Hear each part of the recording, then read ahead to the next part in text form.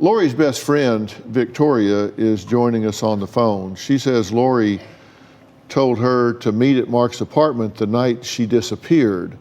And she has some interesting things to say. Victoria, are you there? I'm here. You said there was a boy that had been asking her out multiple times, right?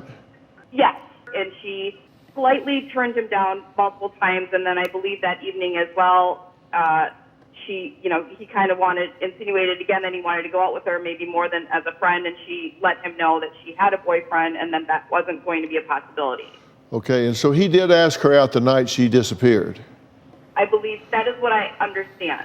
Tell me what happened a week after her disappearance, because you had information about his meeting up with some people from, I guess, coworkers or friends, where he showed some disturbing behavior. What happened? They were all going to hang out, and this guy didn't come back didn't show up at the apartment until hours later.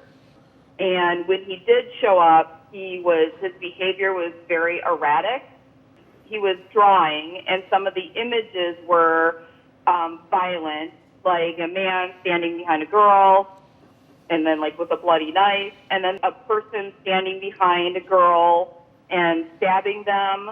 And the images, from what I recall, what the girl in the drawing was wearing was very similar to what Laurie was wearing the night she disappeared. And then there were other images, but I really don't recall the details of those images. It's that one that really stood out to me. And the police have not located this person? From what I've always understood was that this person has been off the grid basically since this incident, and that when they find out maybe where his location is, by the time they're able to find somebody to get over there or cooperate with that local police department from where they think he is, they get there and then he's gone.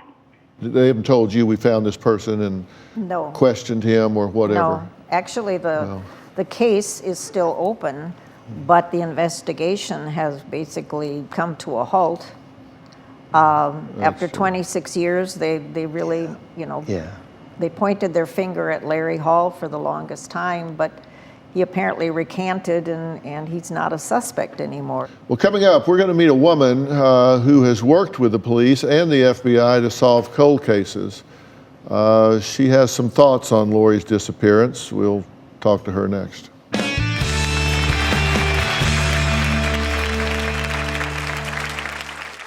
Laurie's disappearance took a huge toll on me. I was hit with severe depression.